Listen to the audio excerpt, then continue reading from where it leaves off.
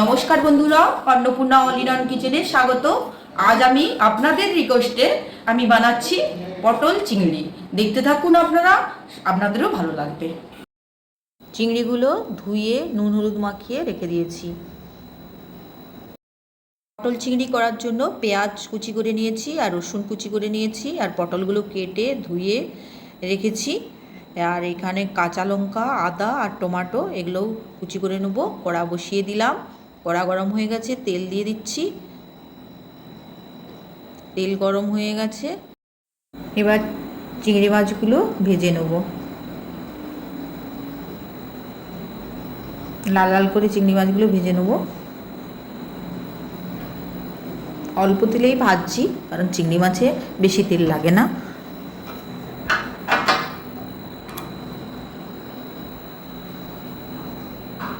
উল্টে পাল্টে ভালো করে ভেজে নেব।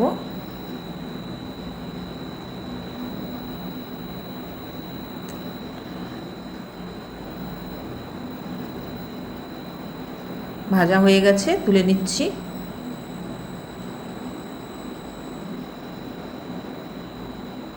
এক পিস চাকা মাছ ছিল, এটাও ওর সাথেই ভেজে দিচ্ছি, কারণ আবার কেন ভাজতে হবে।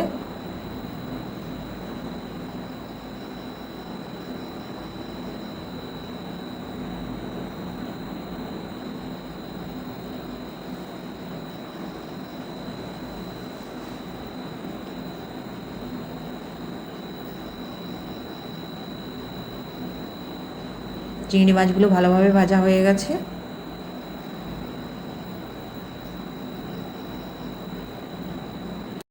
সেই কড়াতেই পটল আর আলুগুলো ভেজে নিচ্ছি।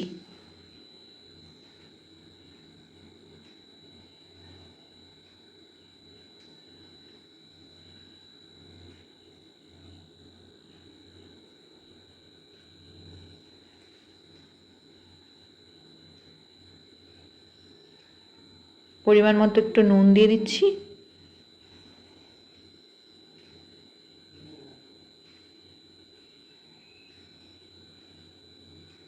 একটু হলুদ 1 চামচের মতো দিয়ে দিচ্ছি। এখন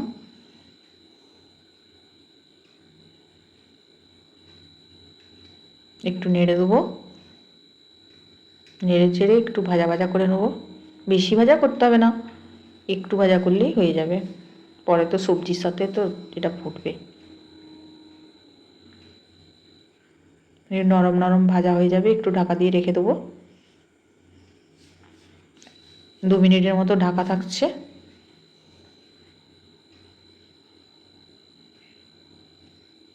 দু মিনিট হয়ে গেছে, এবার দেখছি পটলগুলো ভালোই নরম হয়ে গেছে।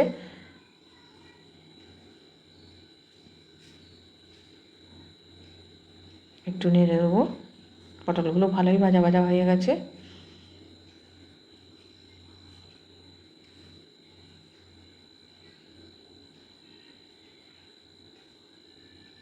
অল্প তেল দেওয়ার জন্য একটু লেগে গেছে কড়াতে, একটু একটু তুলে নেব।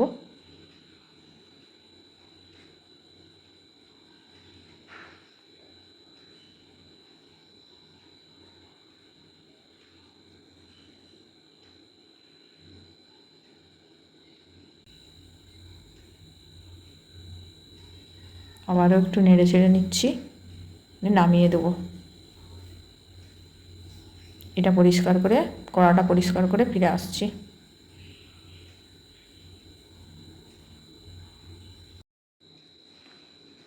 এবার কড়াতে আবার তেল দিয়ে দিচ্ছি।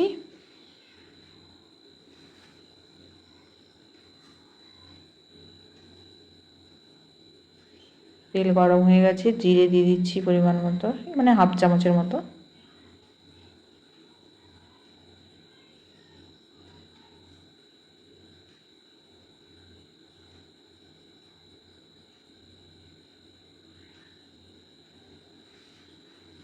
জিরেটা ভাজা হয়ে গেছে। লবঙ্গ 2টো, দারচিনির টুকরো,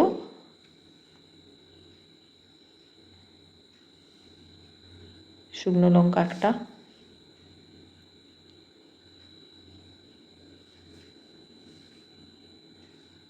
শুকনো লঙ্কা 2টো দিয়ে দিচ্ছি।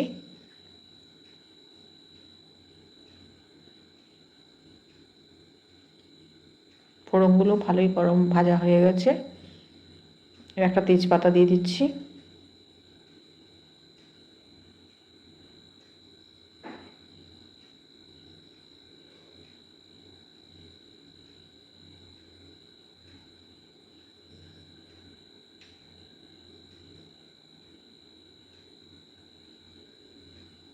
একটু নেড়ে নিচ্ছি, ওগুলো ভাজা ভাজা একটু হয়ে যায়।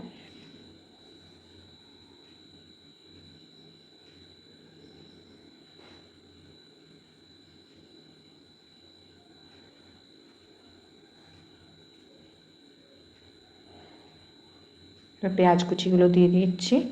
পেঁয়াজ কুচিগুলো লাল লাল করে ভেজে নেব।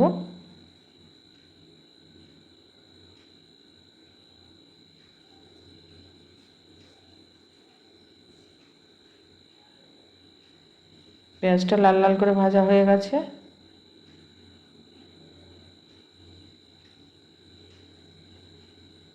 এরপর রসুনটা দিয়ে দিচ্ছি।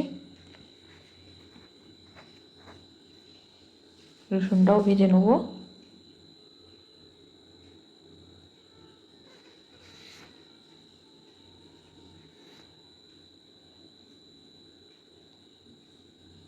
টমেটো কুচিগুলো দিয়ে দিচ্ছি এবার। রসুন পেঁয়াজ ভাজা হয়ে গেছে, টমেটোটা একটু নেড়ে চেড়ে ভেজে নেব।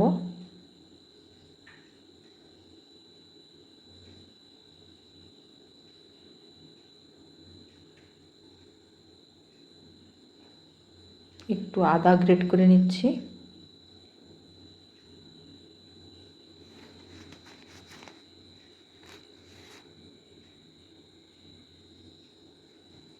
লো আঁচে রেখেছি গ্যাসের ফ্লেমটা।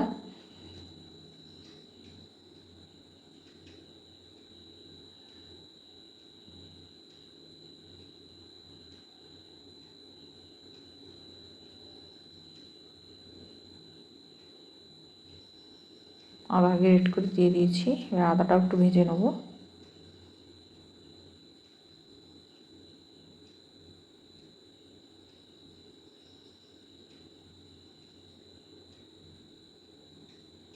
ভাজা হয়ে গেছে আদাটাও।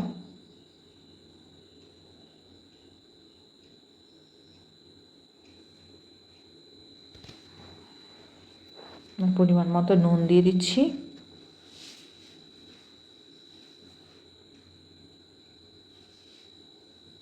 আবার একটু নেড়ে নিচ্ছি।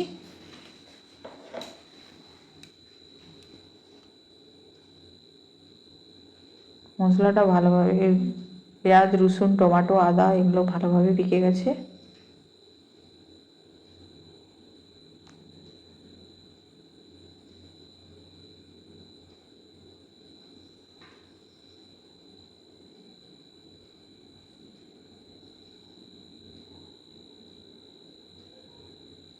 কাঁচা লঙ্কাগুলো কুচি করে দিচ্ছি।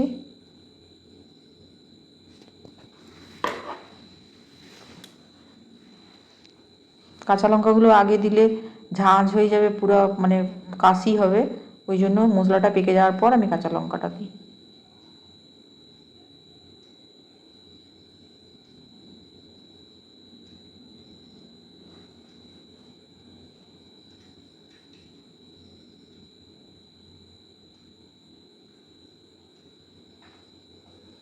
সবগুলোই ভাজা ভাজা হয়ে গেছে।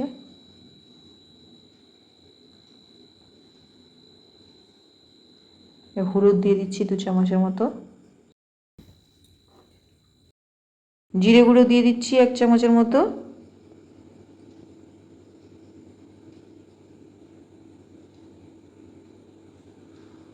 একটু হলুদ, আর একটু বেশি করে হলুদ দিয়ে দিচ্ছি, কারণ এই তরকারিটাতে হলুদ একটু বেশি হলেই ভালো লাগে। আমি লঙ্কা গুঁড়ো ব্যবহার করছি না, লঙ্কা গুঁড়োর বদলে আমি কাঁচা লঙ্কা দিয়েই রান্না করি সব তরকারি।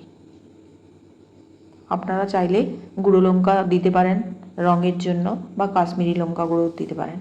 এবার পটলের মধ্যে একটু গ্রেভি ছিল, ভাজতে যেয়ে একটু গ্রেভি বেরিয়েছিল, ওইটা আমি রেখে দিয়েছিলাম, এটা মশলাটা পাকানোর জন্য কড়াতে দিয়েছি। দিয়ে মশলাটা পেকে গেলে তারপর পটলগুলো দেবো।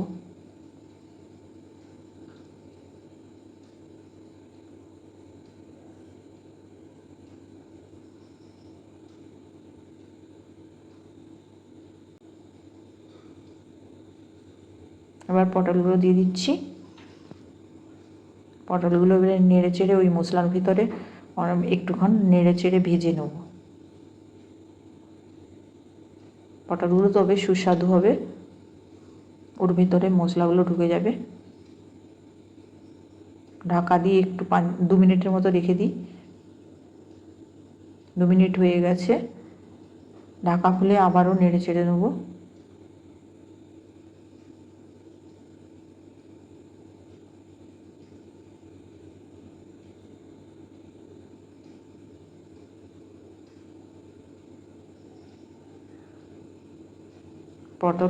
পটল আলু আর মশলা একদম ভাজা ভাজা হয়ে গেছে।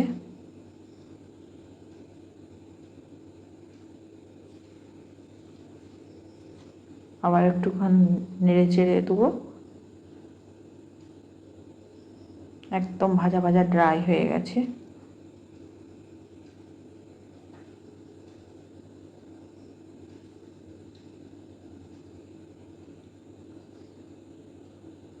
লো আছে বসানো আছে, এবার জল দিয়ে দিচ্ছি।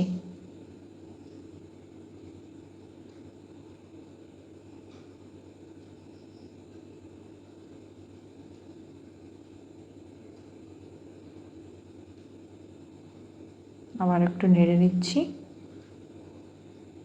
পটল আলু পুরো সেদ্ধও হয়ে গেছে।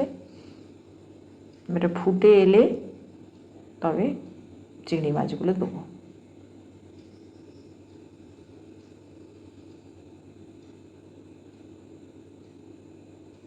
আলুগুলো সেদ্ধ হয়ে গেছে, একটু বাকি আছে।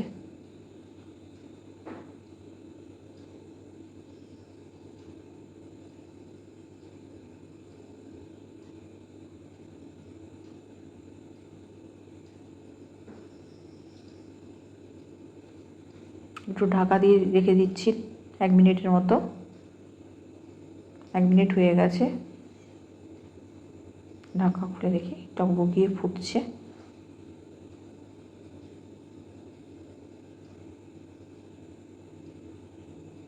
আলু একদম সেদ্ধ হয়ে গেছে।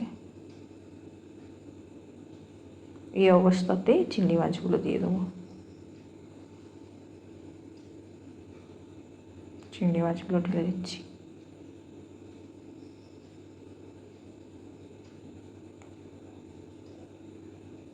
পটল চিংড়ি আমার রেডি হয়ে গেছে।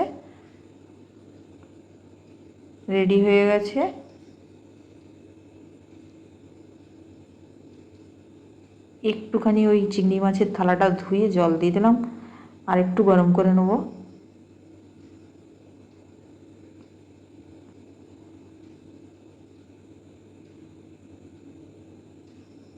টক বগিয়ে ফুটে গেছে।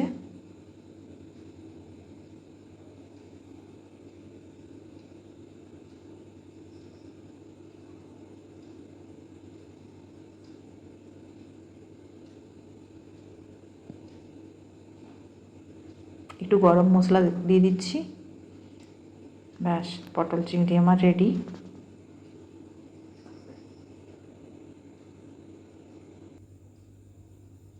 গ্যাসের ফ্লেমটা বন্ধ করে দিচ্ছি। এবার টেস্ট করতে দেবো কেমন হয়েছে।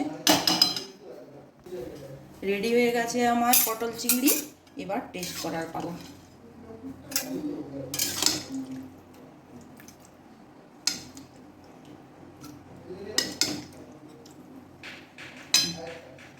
পটল চিংড়ি বানিয়েছি, দেখো কেমন হয়েছে।